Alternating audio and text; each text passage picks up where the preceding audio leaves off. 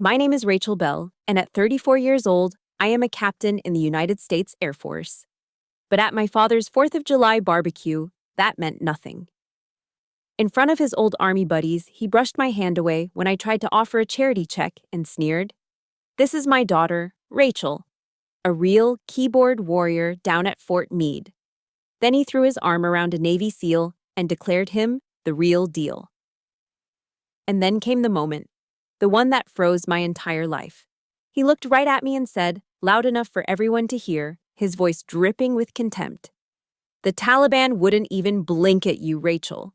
But this," he slapped the SEAL on the back, "this is a real soldier." My father didn't know that the hero he was fawning over had just gone completely still. He wasn't looking at my father. He was staring at me, at a tiny scar on my temple, and he whispered, "Wait a minute. I know that scar." Let me know where you're watching from in the comments, and hit that like and subscribe button if you've ever had your own family turn your accomplishments into a punchline. The performance began the moment I pulled my Honda into the driveway of my childhood home in Fairfax, Virginia. It was a perfect portrait of American patriotism, meticulously staged. The air was thick with the smoky perfume of burgers and hot dogs sizzling on a top-of-the-line Weber grill. Small American flags, planted with military precision, dotted the perfectly manicured lawn. From a Bluetooth speaker tucked away on the porch, the strains of the national anthem gave way to a playlist of country music hits celebrating trucks, beer, and freedom. It was all so perfect, so wholesome. And it was all a lie. At the center of it all, holding court on the back deck, was my father, retired Army Colonel Robert Bell. He wore his crisp, navy blue Army polo shirt like a suit of armor, the eagle emblem gleaming over his heart. He was in his element, a pint of Sam Adams in one hand, gesturing grandly with the other as he entertained a circle of his old Army friends. As I got closer, I could hear him spinning one of his favorite yarns, a story about coordinating truck logistics in Germany that, through his telling, had somehow morphed into a strategic triumph on par with the Battle of the Bulge. My mother, Helen, emerged from the sliding glass door, balancing a large bowl of her homemade potato salad. She moved through the crowd with a practiced, serene smile, the perfect hostess, the dutiful wife. She spotted me lingering at the edge of the deck, and her smile tightened just a fraction. She glided over, her voice a low, urgent whisper in my ear. "Try to get along, dear," she murmured, the same four-word warning she'd given me at every family gathering for the last 20 years. It wasn't a request for peace, it was a command for my silence. I nodded, feeling the familiar weight settle in my chest. I was an actress in a long-running play, handed a script at birth that I was sick to death of performing. I decided to get the obligatory offering out of the way. I'd brought a check for $200 made out to Vets for Vets, a charity my father championed.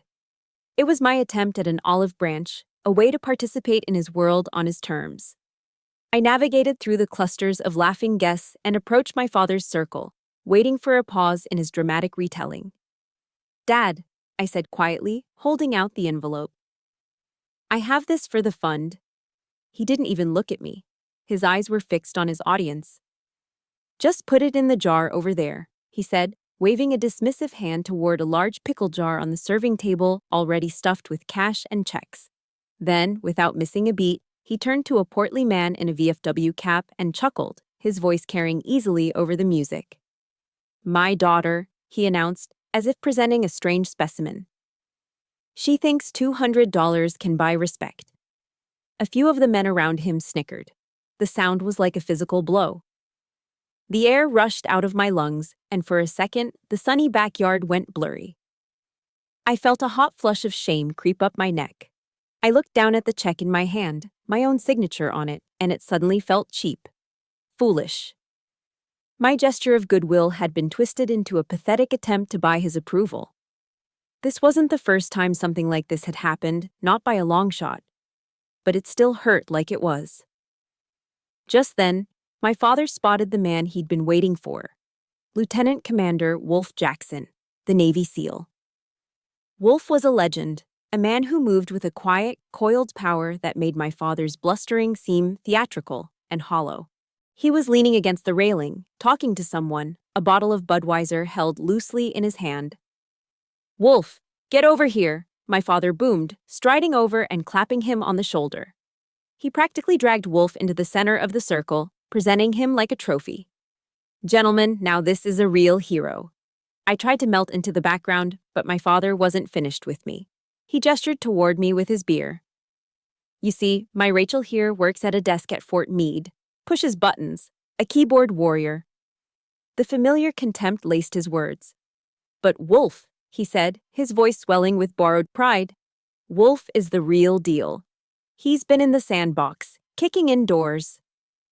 And then came the final, killing blow. He looked from Wolf's powerful frame back to my service blues, which suddenly felt like a costume. He looked straight into my eyes, a cruel glint in his. "The Taliban wouldn't even blink at you, Rachel," he said loud and clear for everyone to hear. "But this—" He slapped Wolf's broad back again, hard. "This is a real soldier." I saw my mother standing nearby, close enough to have heard every single word. Our eyes met for a fraction of a second. I saw a flicker of something, discomfort, maybe pity, before she broke contact. She turned away, suddenly engrossed in straightening a stack of paper plates on the table, her back a rigid wall of denial. As if by ignoring the words, she could erase them. Her silent complicity, her deliberate choice to abandon me in that moment, was a deeper, sharper wound than my father's public scorn. A suffocating silence fell over the group. The men shifted uncomfortably. But in the middle of it all, Wolf Jackson wasn't smiling. He hadn't joined in the backslapping. Instead, he took a small, almost imperceptible step back from my father. His relaxed, off-duty posture vanished, replaced in an instant by the focused tension of a soldier on high alert, a man who'd just recognized a threat, or an ally. His eyes, sharp and piercing, scanned my face. They weren't looking at me with pity or amusement. They were analytical, assessing. And then, they stopped. They locked onto a spot just above my right eye, on a faint silvery line on my temple, a scar so old I usually forgot it was even there. A look of dawning, impossible recognition crossed his face. The casual backyard barbecue faded away, and for a second I could see the battlefield in his eyes.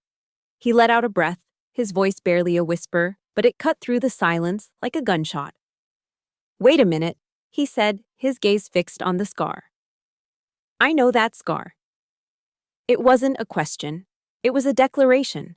A puzzle piece slamming into place with a force that seemed to shake the very foundations of my father's perfectly staged party. A shiver ran down my spine, a cold dread mixed with a bewildering spark of something else. My carefully constructed world of silent endurance had just been cracked wide open. What does he know? Wolf Jackson's words hung in the humid Virginia air, an impossible question mark at the end of a humiliating day. "I know that scar." "How?" My mind raced, trying to connect a Navy SEAL I'd never met to a faint line on my temple from a childhood fall. But his question wasn't a key to a new mystery. It was the key to an old, locked room filled with ghosts. And as I stood there frozen in my parents' backyard, the door to that room creaked open, and the memories flooded out, cold and gray. It started with the Sunday dinners. Every week, the same suffocating ritual. We'd sit around the mahogany dining table, the air thick with the scent of my mother's roast beef and my father's disappointment. After his second glass of bourbon on the rocks, the sermon would begin. My father, an only child, had never learned to share the spotlight, and his dinner table was his stage. "Strategy isn't about some damn computer," he'd declare, his gaze sliding pointedly toward me. He'd gesture with his fork for emphasis. "It's about moving a division across Europe under fire, logistics, manpower. That's the real army." My mother would nod along dutifully, a placid smile fixed on her face as she passed the mashed potatoes. "That's right, Robert." My younger brother, Mark, who'd wisely chosen a career in business, became an expert at deflection. The moment my father's attention shifted to me, Mark would quickly bring up sports, asking about the Washington football team's chances that season, anything to steer the conversation into safer waters. I learned to eat fast, my eyes on my plate, shoveling in food so I could politely excuse myself and escape to my room. Upstairs, surrounded by books on cryptography and real military strategy, I could finally breathe. The worst memory, the one that still stings with a fresh, sharp pain, was the day I graduated from my Signals Intelligence Officer training. It wasn't just a graduation. I was the distinguished graduate. I had finished at the top of my class, outperforming some of the brightest men the Air Force had to offer. My chest swelled with a pride that felt pure and hard-won. I called home from a payphone on base, my heart hammering with excitement, ready to share the news. My father picked up. The television was blaring in the background, another Washington game. "Hey Dad, it's me. I just wanted to tell you I graduated today," I said, my voice buzzing. And I was the distinguished honor grad. There was a pause. I heard the roar of the crowd on TV. "That's great, honey," he said, his tone distracted, absent. "Those little computer things you do. That's cute." Cute. The word landed like a punch to the gut, instantly deflating all my joy, reducing my months of grueling intellectual work into a child's hobby. It was a verbal pat on the head. I mumbled a goodbye and hung up, the receiver suddenly heavy and cold in my hand. Later that evening, my mother called back. Her voice was a conspiratorial whisper, as if she were sharing a secret instead of twisting a knife. "Rachel, you know your father," she began. The familiar preamble to 1,000 excuses. He wants you in a job he can understand. Something he can brag about to his friends. Like an army nurse, maybe. Something a little more feminine." The implication was clear. I wasn't the problem, but my ambition was. My success was the issue. I was supposed to shrink myself, to contort my dreams into a shape they could find palatable. But the foundation of their disregard had been laid years earlier, cemented by a sacrifice they refused to even acknowledge. When I was 18, I achieved the dream I'd worked for my entire high school career, a full-ride scholarship to the United States Air Force Academy. It was my ticket out, my future laid out before me in glorious blue and silver. But just as I was preparing to accept, my brother Mark's latest business venture, some half-baked t-shirt company, went belly up. A family meeting was called. It wasn't a discussion, it was a verdict. They sat me down in the living room, my father pacing in front of the fireplace, my mother wringing her hands on the sofa. They suggested that it would be better for the family if I attended a public state university nearby. It would save on costs, they said, and I could stay closer to home. "Family has to prioritize, Rachel," my father said, his voice laced with false gravitas. "Mark needs our help right now." In the end, a significant portion of what would have been my college fund was diverted to bail out my brother. He never said thank you. He just took the money as if it were his birthright. I gave up my dream for them, for a brother who saw me as an inconvenience, and for parents who didn't even register the magnitude of what they had asked me to forfeit. It wasn't a sacrifice in their eyes, it was simply my duty. And now, standing in the fading afternoon light of that awful barbecue, the phrase "keyboard warrior" echoed in my head, a bitter reminder of their willful ignorance. My desk job was a windowless, climate-controlled SCF, a sensitive compartmented information facility, buried deep underground at Fort Meade. The only smell was the sterile hum of server racks and the burnt aroma of stale coffee, brewed around the clock. I didn't push paper, I was Angel. I was the unseen voice, the steady hand guiding Reaper drones as they sliced through the skies over Afghanistan. My voice was a lifeline, a harbinger. The difference between life and death for soldiers on the ground. I remember the night I saved Wolf Jackson's team, Odin 3. The surge of adrenaline as I analyzed the infrared feed, seeing the heat signatures of an ambush forming in a blind canyon, a detail the ground intel had missed. The gut-wrenching tension as I made the call to override a direct order and divert them, my voice calm and authoritative in their headsets, even as my heart hammered against my ribs. And then, the profound, dizzying relief when General Hale's voice crackled over the line, confirming my read was correct, that I had saved them from being wiped out. I lived and breathed in a world of stakes so high my father couldn't possibly comprehend it. His world was black and white, defined by parades and polished brass. Mine was a world of shadows and signals, of life and death decisions made in milliseconds, 7,000 miles away from the fight. And because he couldn't understand it, he belittled it.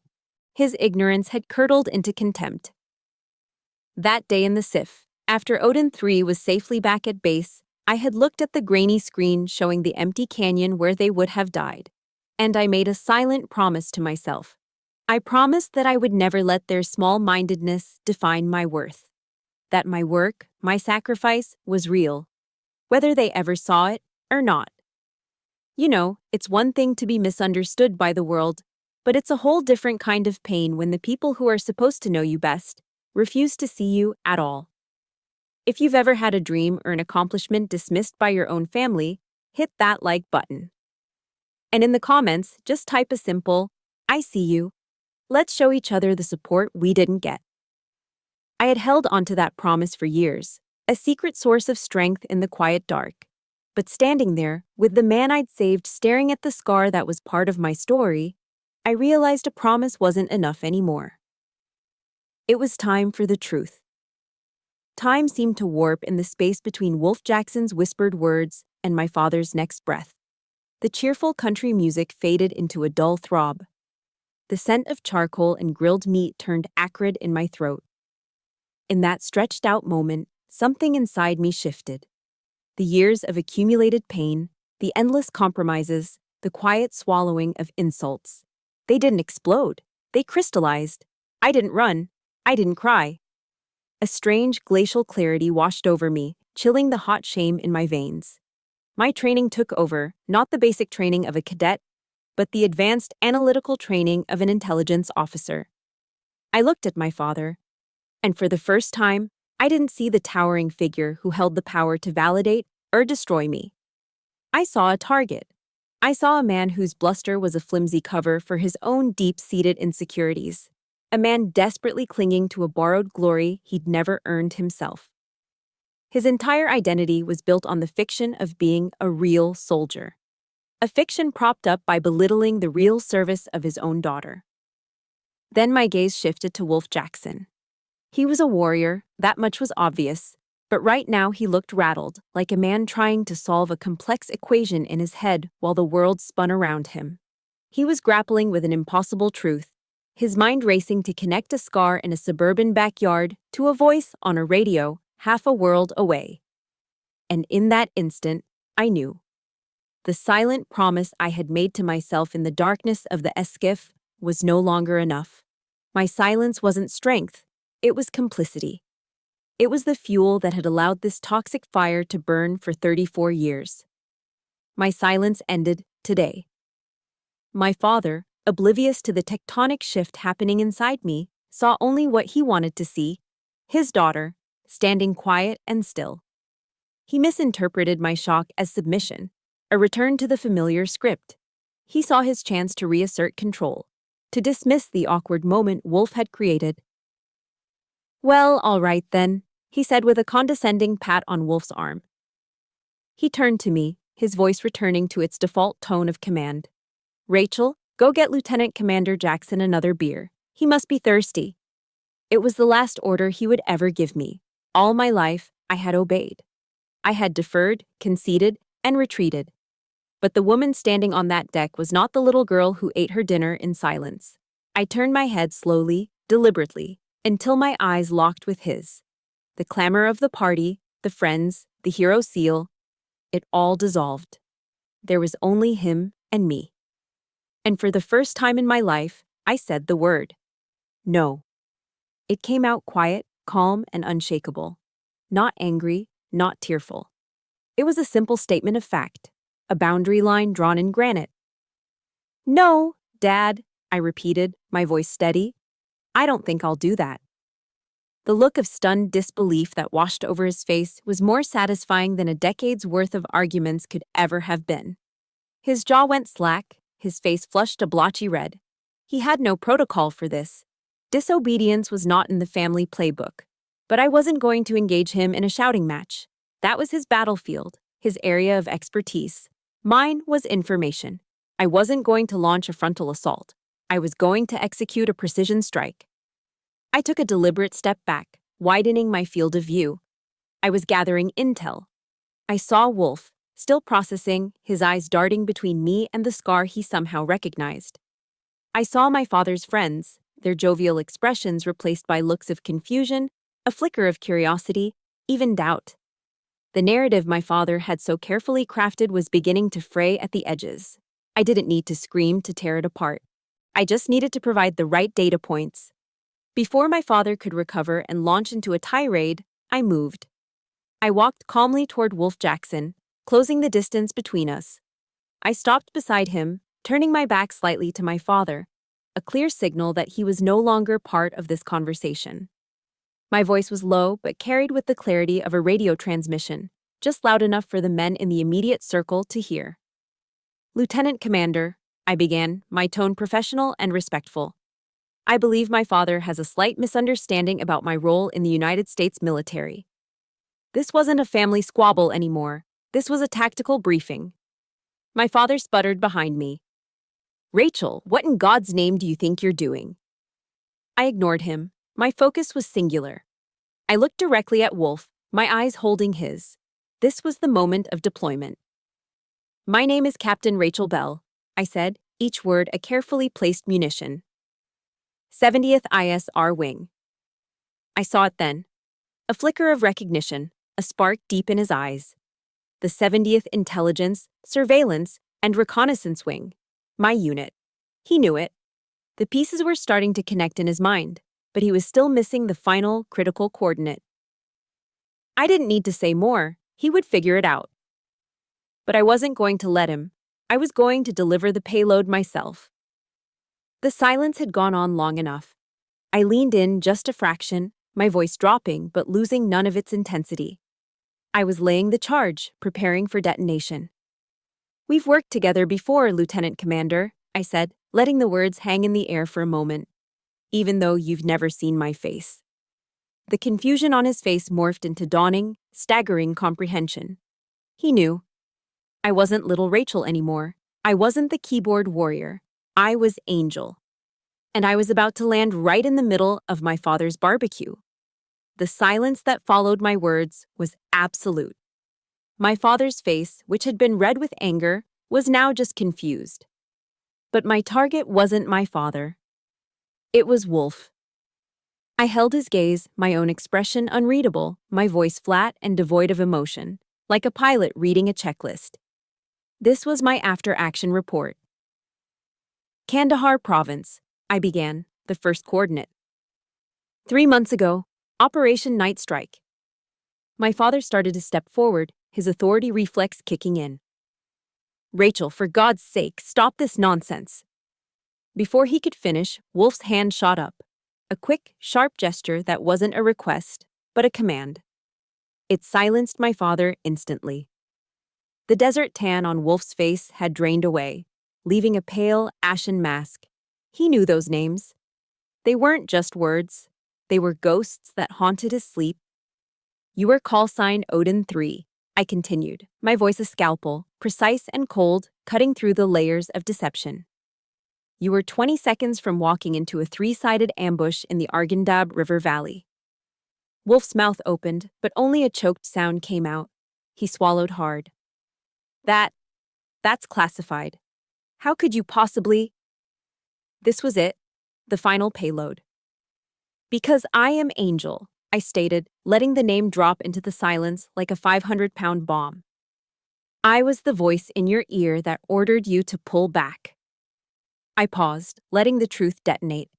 I saw the moment of impact in his eyes. The shock, the disbelief, the staggering realization. "I was the one who saw that scar on your temple through an infrared camera feed," I added, confirming the targeting data. "From a shrapnel wound you'd taken 2 days prior. I used it to confirm your identity right before I called in the airstrike that covered your team's retreat." The mission was complete. The target was verified. There was no room left for doubt. A deafening quiet descended on the backyard. It wasn't an awkward pause, it was a vacuum, sucking all the air and sound out of the world. The only noise was the sudden, sharp crash of glass on stone. The Budweiser bottle slipped from Wolf Jackson's numb fingers, shattering on the flagstone patio. And then, the legendary Navy SEAL, the real hero, did something that destroyed the last pillar of my father's fabricated world. He straightened his shoulders, pulled his arms to his sides, and snapped to attention. It wasn't a combat stance. It was the reflexive posture of a soldier acknowledging a superior officer, a sign of absolute, instinctual respect. Angel. His voice was a raw, broken whisper. The name was a prayer on his lips. My God, you're the angel of death. That's what we called you. He shook his head, a look of awe on his face. We thought you were a myth. A legend. A legend? My father had called me a keyboard warrior. His hero had just called me a legend. The irony was so thick, so bitter, and so sweet that I could taste it. My father, desperate to salvage his crumbling authority, tried to regain control. His voice was weak, pleading. But she's just Rachel. Wolf spun around, and for the first time, I saw true, unadulterated fury in his eyes. It was the look of a man who had faced down death, and it wasn't directed at an enemy combatant. It was directed at my father. Sir, Colonel, he said, his voice low and dangerous. Shut up. Those two words were more devastating than any bomb. They vaporized my father's power, his credibility, his entire persona. He physically recoiled, his face a mask of utter humiliation. He was no longer the commander of this backyard. He was a disgraced subordinate. Wolf turned back to me for a moment, his expression softening with a respect that felt more real than any validation I had ever sought from my family. Then he turned to address the stunned circle of onlookers, his voice ringing out across the now silent yard, clear and strong. This woman, he announced, his hand gesturing toward me, saved my life and the lives of 6 other men. We were walking into a kill box, and she pulled us out. He wasn't finished. He took a step closer to my father, who looked small and pathetic. She didn't just stop an ambush, Wolf continued, his voice rising with passion. 2 hours later, one of my privates, a kid on his first tour, had his radio go down. He was separated from the squad, stumbling in the dark toward an IED pressure plate. We couldn't reach him. Wolf looked back at me. She could. She got on his secondary comms, which were barely working. And with nothing but her voice, calm and steady, she talked that terrified kid, step by step, around that mine and back to us. He let that sink in, his eyes scanning the faces of my father's friends, who now looked at me with a mixture of shock and awe. Finally, his gaze landed on my father, and it was utterly unforgiving. Your legacy, Colonel, Wolf said, his voice dripping with ice, is shuffling supply trucks in Germany. Her legacy is the American soldiers who came home alive to their families. He paused and delivered the final, fatal blow. She is more of a soldier in her damn chair than you ever were in your whole career. The aftermath of the explosion wasn't fiery and loud. It was a slow, suffocating implosion. After Wolf delivered his final verdict, the party didn't end. It simply disintegrated.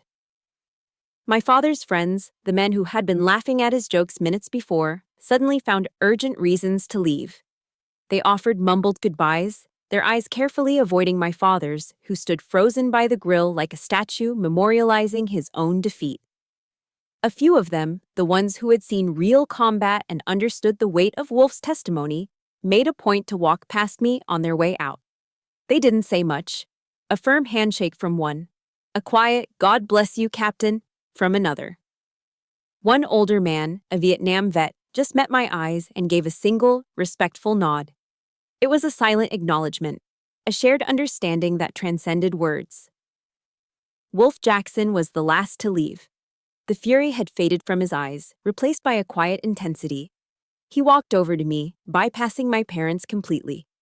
My apologies, Captain, he said, his voice low. I was told your promotion to Major was already approved. I must have looked confused. He just smiled faintly. Word travels fast when Angel is involved. I owe you my life.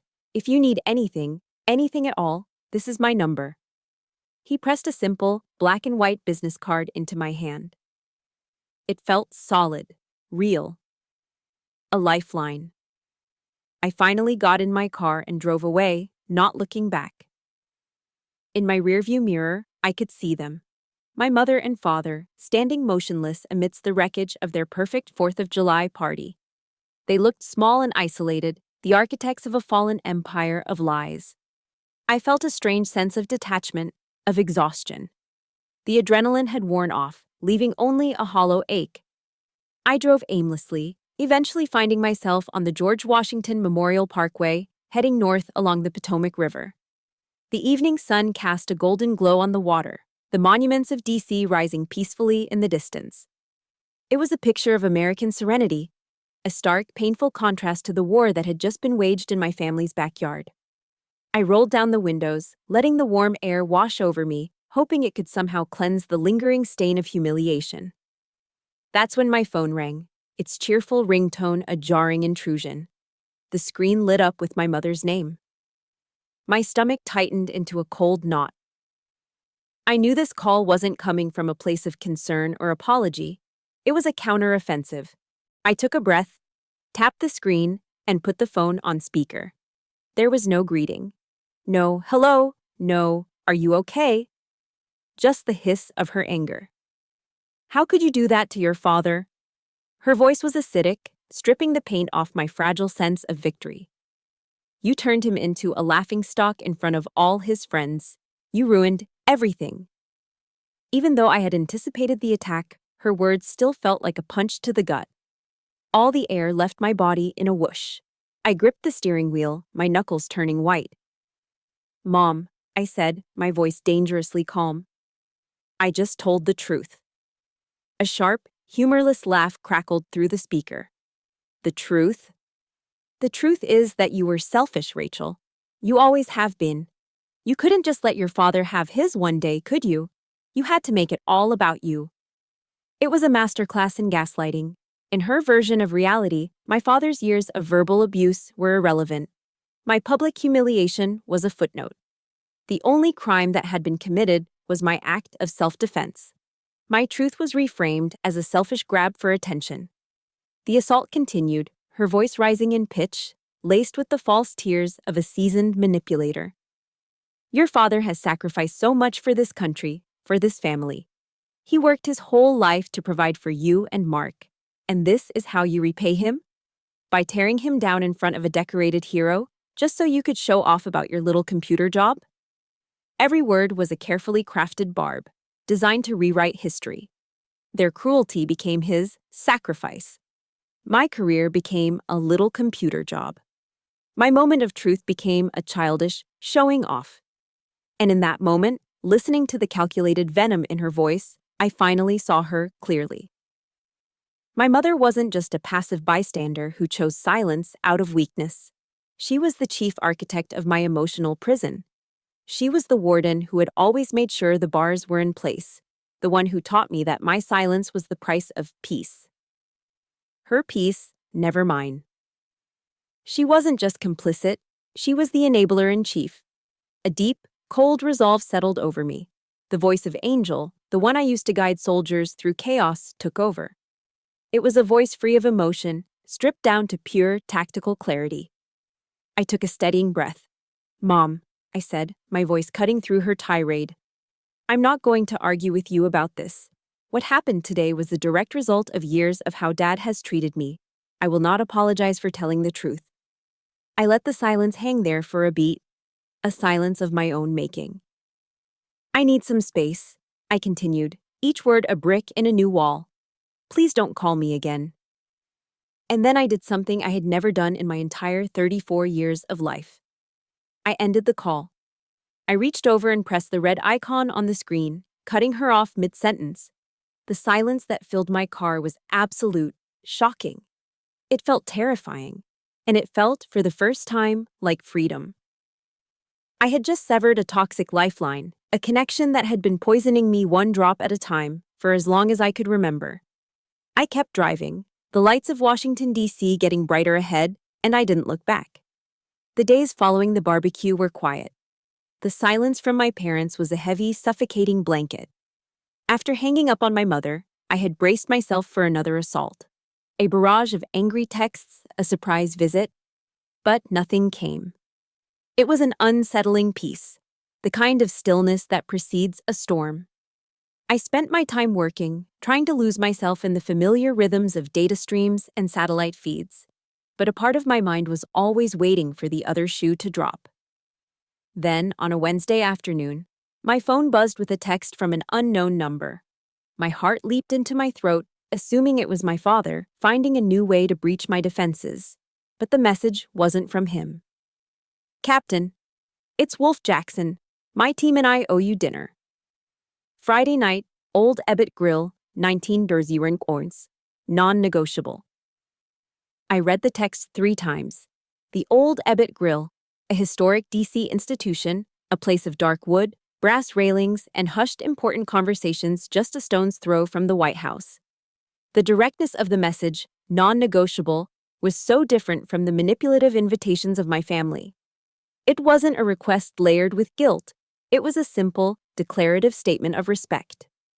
A part of me, the part that had been conditioned for 34 years to avoid confrontation and stay small, wanted to decline.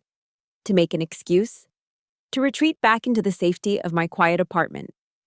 But another part of me, the voice of Angel, knew this was a command I needed to follow. This wasn't a social call. It was a debriefing of the soul. I texted back a simple, military-style reply. "Copy that, Lieutenant Commander." On Friday night, I stood outside the restaurant, smoothing down my simple black dress, feeling a nervous flutter in my stomach. The place was bustling, filled with the energy of Washington insiders, politicians, lobbyists, journalists. I pushed open the heavy wooden door and stepped into the low, warm light of the main dining room. I saw Wolf immediately, seated at a large round table in the back, and he wasn't alone. 6 other men were with him, all of them built with the solid, imposing frames of career operators. As I approached, Wolf saw me and immediately stood up. In perfect unison, the other 6 men rose to their feet as well. The conversations at nearby tables faltered as people turned to look. There was no awkwardness in their gesture, no hesitation. Just a profound, silent show of respect that spoke volumes. I felt a blush creep up my neck, but this time, it wasn't from shame. It was from something that felt dangerously like pride. The dinner was unlike any I'd ever experienced. There was no mention of the disastrous barbecue, no talk of my father or family. It was as if that entire painful episode existed in another universe. Instead, they wanted to talk about Angel. They didn't ask me about classified details or mission specifics. They told me what my voice had meant to them. They passed around stories like sharing plates of food, each man adding a piece to a legend I never knew I was a part of. They talked about how Angel's calm, steady presence in their ears during a firefight was like a shield against the chaos. A young, wiry SEAL with Rico on his name tag leaned forward, his eyes earnest. "Ma'am," he said, "we never knew who you were. We didn't know if you were a man or a woman, old or young. It didn't matter. All we knew is that when Angel was on the comms, we were going home." Hearing my work described not as pushing buttons, but as a promise of homecoming. It was overwhelming. I felt a lump form in my throat, a painful, bittersweet ache. This was the validation I'd spent a lifetime craving from my family, and here it was, being offered freely and generously by a table of strangers who had become brothers. Wolf, who had been listening quietly, finally spoke up, filling in the details of that night in Kandahar. "When you called the audible," he said, looking me straight in the eye, "I was pissed. My SEAL ego was bruised, you know? I thought I had the better read on the ground." He took a long sip of his beer. "But there was something in your voice, an absolute certainty that cut through the noise. You weren't just reading data off a screen, Captain. You were feeling the battlefield." He raised his glass, the amber liquid catching the light. "To Angel," he said, his voice resonating with sincerity. "Who taught an old SEAL that sometimes the best eyes on the target are 7,000 miles away? All 7 men raised their glasses. To Angel, they echoed, the sound a low, powerful chorus. As I clinked my glass against theirs, I thought of my father calling my work cute. For the first time, I didn't feel the sting of his words. I felt only a distant, sad pity for him. His world was so small. My achievements weren't cute, they were legendary. When the dinner was over and we were standing on the sidewalk in the cool night air, Wolf walked me aside. Rachel, he said, using my first name for the first time. We're not the only ones. There are dozens of other teams with Angel stories. General Hale has already put you in for an early promotion to major. It's long overdue. You earned it. That night, as I drove back to my quiet apartment in Arlington, the feeling of loneliness that had been my constant companion was gone. The silence in my car was no longer empty. It was peaceful. I realized I had just had dinner with my real family. A family forged not by blood, but by fire and trust. A family that didn't need me to be smaller, or quieter, or more feminine. They saw me for exactly who I was, and to them, that was more than enough.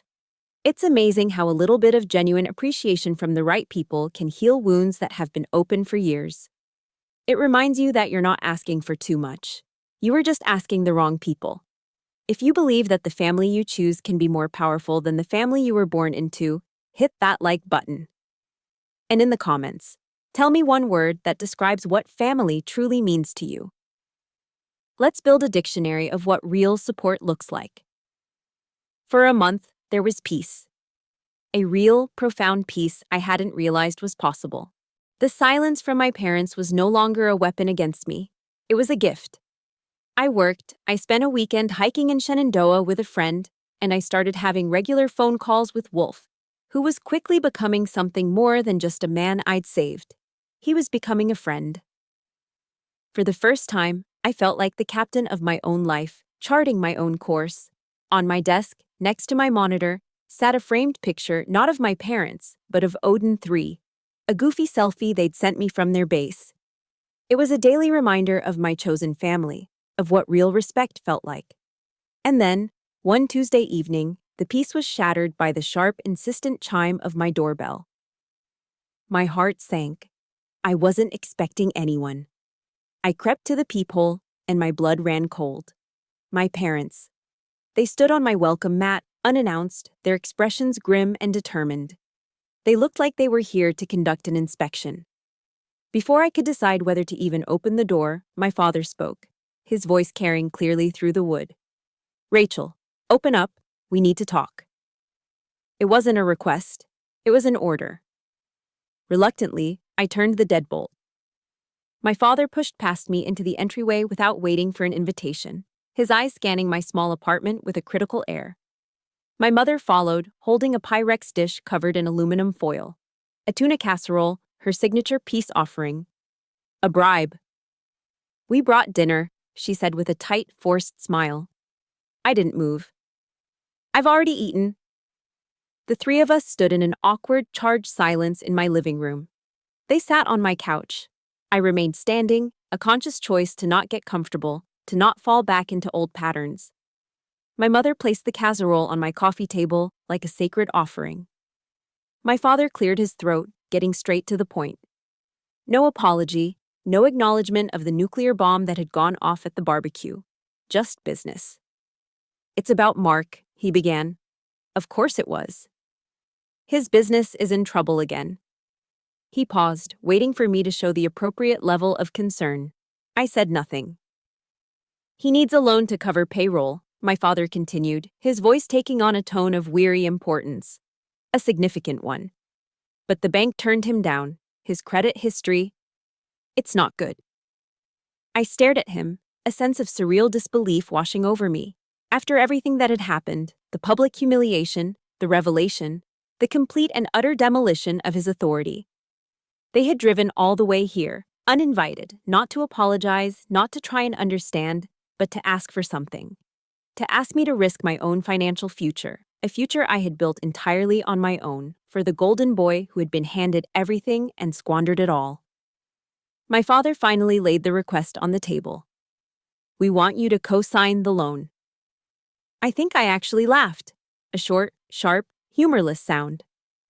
You can't be serious. This is not a laughing matter, Rachel, he snapped, his temper flaring. No, it's not, I agreed, my voice hardening. You're asking me to put my name, my credit, my entire financial security on the line for Mark's failed business. Again. He's your brother, my mother chimed in, her voice pleading. He needs you. I looked at her, at the woman who had watched me be torn apart and had done nothing.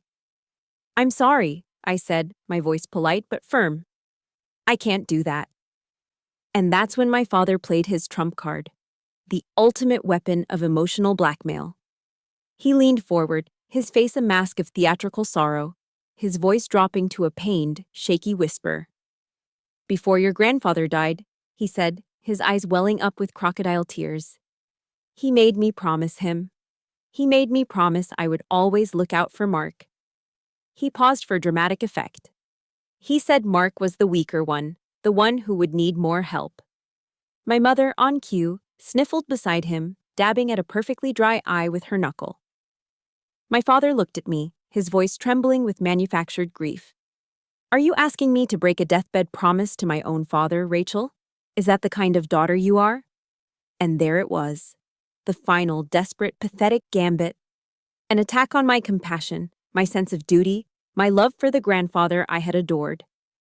But as I looked at them, at this perfectly rehearsed performance of manipulation, I didn't feel guilt. I felt nothing but a cold, liberating rage. I glanced over at my desk, at the smiling faces of Odin 3. They had trusted me with their lives. My parents wouldn't trust me to pick a restaurant for dinner, but they would trust me to clean up their messes. I owed it to those men, and I owed it to myself, to live a life free of this poison. That was the final drop. The dam of a lifetime's worth of resentment, of being silenced, of being second best, finally broke. Enough, I said.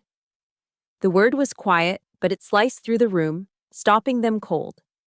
I felt a lifetime of suppressed anger surge through me, not as a hot, messy explosion, but as a focused, ice-cold beam of energy. I am done, I said, my voice as hard and flat as steel. I have spent my entire life stepping back for Mark, stepping back for you. I gave up the Air Force Academy so he could have my college fund. I have stayed silent every single time you've belittled me, dismissed me, and treated me like I was less than him. I stood up straight, my posture no longer defensive, but commanding. I will not co-sign the loan. I will not give him a single dime. And this conversation is over. I walked to my front door and opened it, letting the cool night air rush in. This is my home, I said, my voice never rising, but carrying the full weight of my final, irrevocable decision. And I'm asking you to leave. It was the last declaration of independence I would ever need to make. My parents left in a state of stunned silence. My mother looked horrified, my father utterly defeated. He didn't even look at me as he walked out the door. I closed it behind them, and the click of the deadbolt echoed in the sudden, ringing quiet of my apartment. I didn't feel victorious. I didn't feel triumphant. I just felt empty. Utterly and profoundly exhausted, as if I had just completed a years-long mission. My legs felt weak, and I slid down the back of the door until I was sitting on the floor. And for the first time in weeks, I cried. But these weren't the hot, angry tears of humiliation from the barbecue.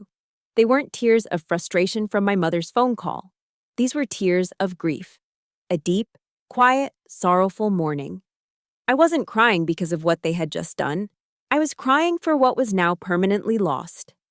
I cried for the little girl who used to follow her father around the yard, desperate for a single word of praise. I cried for the young woman who had given up her dreams, hoping that sacrifice would finally earn her a place in her family's heart.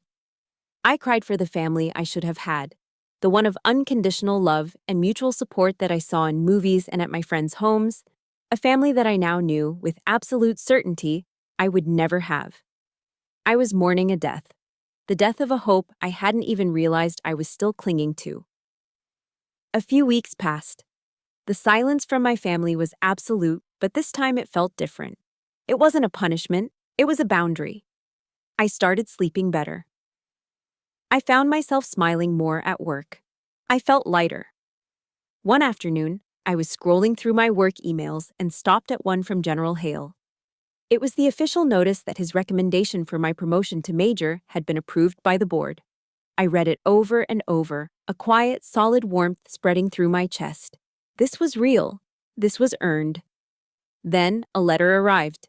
It was in a plain white envelope, addressed to me in my father's unmistakable, sharp, angular handwriting. For a moment, my heart seized with an old, familiar reflex. For so many years, an apology from him was the one thing I had craved more than anything. It was the key that I thought would unlock my happiness. Now, as I held the letter, it just felt like a piece of paper. I sat down at my kitchen table and opened it. The letter was long, several pages filled with his justifications and self-pitying excuses for his behavior over the years. It was all about how hard his career had been, how much pressure he was under, how he just didn't understand my world. It was a monument to his own ego. I almost threw it away. But then, at the very end, the tone shifted. "I spoke with General Hale," he wrote. "He called me. He told me everything, Rachel. About Odin 3, about Angel. He told me things that, as a colonel, I barely had the clearance to hear. I have been a fool," the letter continued, the handwriting becoming slightly less steady. "I was so busy trying to look like a soldier that I failed to see the real one living in my own house. I am so proud of you, and I am so, so sorry."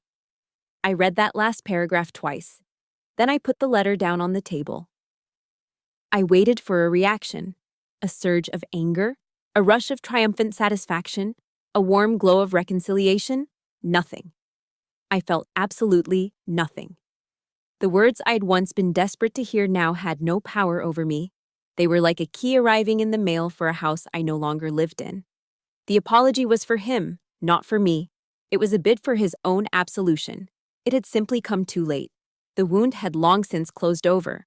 It had become a scar. And that scar was now a part of me, a reminder of my own strength and resilience. In that quiet moment, I realized that the validation I had spent my life seeking from him no longer mattered. I had already found it. I'd found it in the respectful eyes of Odin 3. I'd found it in the email from General Hale. And most importantly, I had finally found it within myself. My worth was not a reflection in his eyes. It was a fire I had kindled on my own. I picked up the letter, folded it neatly, and walked into my bedroom. I opened a small wooden box on my dresser, a box where I kept old photos and mementos. I placed the letter inside and closed the lid. For me, forgiveness wasn't about pretending the past didn't happen. It wasn't about wiping the slate clean and going back to the way things were. Forgiveness was about acknowledging the truth of what had happened and then choosing to set down the burden of my anger. It was about choosing to walk forward without that weight on my back anymore. I never replied to the letter. My silence this time wasn't the silence of a scared, submissive daughter. It was the quiet, confident silence of a boundary. My silence said, "I hear you. I accept your apology for your own peace of mind.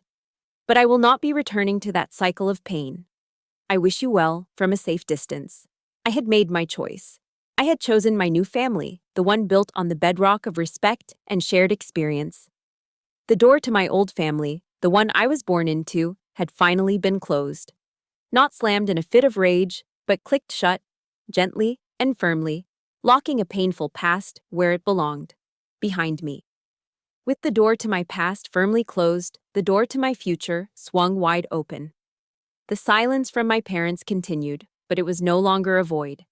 It was an open space, a clearing that was quickly being filled with warmth, laughter, and a kind of fierce loyalty I'd only ever read about in books.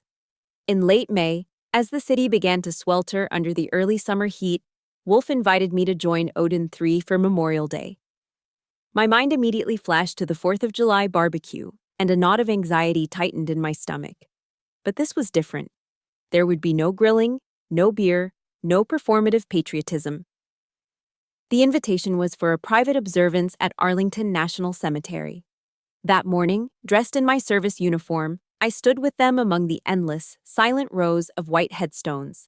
The air was still and reverent, broken only by the distant, mournful notes of taps. There were 7 of them, all in their dress uniforms, their usual boisterous energy replaced by a solemn dignity. We walked to a section where 2 of their teammates were buried, men who hadn't made it home from a mission years before I was their angel. As they placed flowers on the graves, I saw 2 families standing nearby, the parents and widows of the fallen men. Wolf walked over to them, and I saw him speak quietly, gesturing toward me. The 2 older women, their faces etched with a grief that never fades, walked over to me. "This is Major Bell," Wolf said, using my newly minted rank. "She's the guardian angel who brought the rest of us home that night." Before I could say a word, the mothers enveloped me in hugs, their bodies frail, but their grips surprisingly strong. They smelled of old perfume and sorrow. "Thank you," one of them whispered into my hair, her voice thick with tears. "Thank you for saving our other boys." Standing there, surrounded by the quiet dignity of true sacrifice, holding the hands of women who understood its cost, I felt a sense of belonging so profound it made my chest ache. This was honoring service. This was family. The strength of that new family was tested a few weeks later. I was walking to my car in the parking lot at Fort Meade when a familiar figure stepped out from behind a pillar, blocking my path. It was my brother, Mark. He looked terrible, disheveled, his eyes puffy and desperate. He started with pleading, his voice whining about how I had abandoned the family, how his latest business was about to collapse because of me. When I didn't respond, his tone turned nasty. "You know, this is all your fault," he spat, his voice rising. "You and your little drama queen moment at the barbecue. You tore this family apart because Dad didn't pat you on the head enough." I was about to tell him to get lost when a familiar rumble filled the parking garage. A black Ford F-150 pulled up silently behind Mark. The driver's side door opened, and Wolf unfolded himself from the truck. He didn't say a word to Mark. He didn't even look at him with anger. He simply walked over and stood between us, a silent, immovable wall of muscle and quiet authority. He was a foot taller than Mark and twice as wide. "Everything okay, Major?" Wolf asked me, his eyes never leaving my brother's face. Mark's bluster evaporated instantly under that steady, predatory gaze. He visibly shrank, taking a stumbling step backward. We were just talking," he stammered. Wolf didn't respond. He just stood there. Mark took another step back, then turned and practically fled, his footsteps echoing in the concrete structure. Wolf watched him go, then turned to me, his expression softening. He didn't ask what it was about. He didn't press for details or gossip. He just saw a threat to someone in his circle, and he neutralized it. "Come on," he said, gesturing with his head toward the truck. "Let's get some lunch. My treat." It was unconditional protection. No questions asked, no judgment given. Just a simple, powerful statement. "I have your back." Slowly, I became a fixture in their lives, an honorary member of Odin 3. I was invited to their weekend cookouts, real ones, filled with easy laughter and terrible dad jokes. We'd pile onto a couch to watch football games, the air filled with shouting and the smell of cheap beer and pizza. I was brought into their circle of inside jokes, a language of shared experience that I was finally learning to speak. They teased me, but it was a different kind of teasing than I was used to. It wasn't designed to diminish me, it was a sign of affection, of acceptance. They'd rib me for drinking my coffee black, like a real Marine, or for being able to identify an approaching aircraft by the sound of its engines alone. They didn't see my intelligence as cute or threatening. They saw it as a superpower, and they loved me for it. I didn't have to hide any part of myself. My professional life was blossoming too. My relationship with General Hale deepened from one of command to one of mentorship. He saw a potential in me that my own father had been blind to his entire life. During one of our one-on-one meetings, he leaned back in his leather chair, his eyes thoughtful. "Rachel," he said, his voice quiet but firm. "You have a rare strategic mind. Don't you ever let anyone tell you that you have a desk job. The pilots, the SEALs, they are the tip of the spear. But you, Major, you are the one who sharpens it, aims it, and tells it where to strike. You are shaping the future of warfare. He leaned forward, his gaze intense. Own it. His words landed with the force of a revelation. It was the permission I never knew I needed, the ultimate validation from a man so respected that even my father spoke his name with reverence. I was finally being seen, not just for what I did, but for who I was. And I was beginning to understand that I was far more powerful than I had ever been allowed to believe. 1 year later. The setting is no longer a cramped, windowless SCIF buried under the earth. It's a vast, state-of-the-art briefing room at the headquarters of SOCOM, Special Operations Command, at MacDill Air Force Base in Tampa, Florida. Sunlight streams through the floor-to-ceiling windows, glinting off the calm waters of Tampa Bay. At the head of a massive polished conference table stands Major Rachel Bell. Me. In my crisp, blue service dress uniform, I command the room not with volume, but with a quiet, unshakable confidence. Behind me, a massive screen displays complex maps, data streams, and threat assessments. My voice, the voice of Angel, fills the room. But I'm no longer just guiding a single SEAL team through a dark valley. I am briefing the highest levels of command, shaping the strategic direction of special operations for an entire theater of war. I was once dismissed for having a desk job. Now, I didn't just have a seat at the table, I had built the table myself, and I was sitting at the head of it. In the front row, listening with rapt attention, sits my family. Not the one I was born into, but the one I had earned. General Hale is there, his presence a quiet endorsement of his protégé. And next to him, Lieutenant Commander Wolf Jackson and the entire boisterous crew of Odin 3. They had flown down from Virginia on their own dime, just to be here for my first major briefing as a field-grade officer. I can see it in their eyes, not just respect, but a fierce, familial pride that warms me from the inside out. When the briefing concludes and the applause dies down, Wolf is the first one to reach me, weaving through the crowd of colonels and generals. He shakes my hand, his grin wide and genuine. "That was impressive, Major," he says, his voice filled with sincere admiration. "Your old man should have been here to see this." I smile, a calm, genuine smile that reaches my eyes. I think of my father, not with anger or bitterness anymore, but with a kind of distant pity. I think of the empty legacy he was so desperate to build.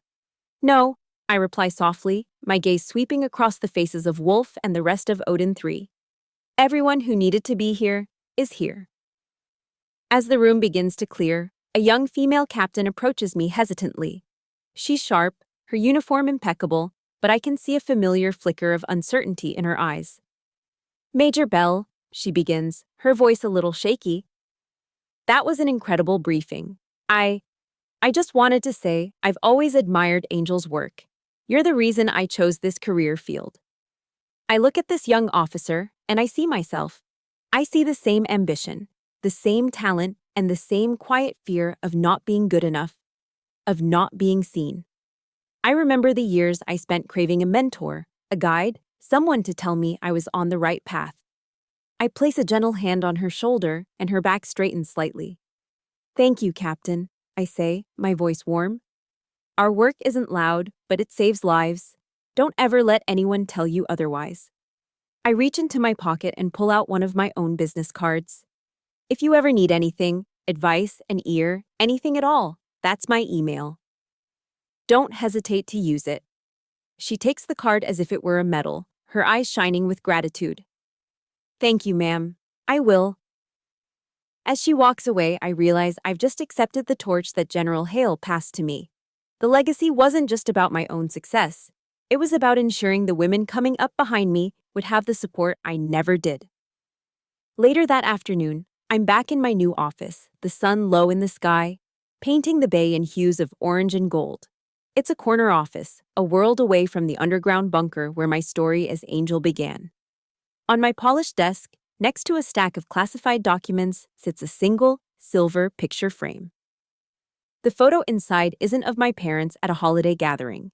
It's a picture taken a few months ago, a selfie with Odin 3 after a grueling joint training exercise. We're all covered in mud, exhausted and grinning from ear to ear.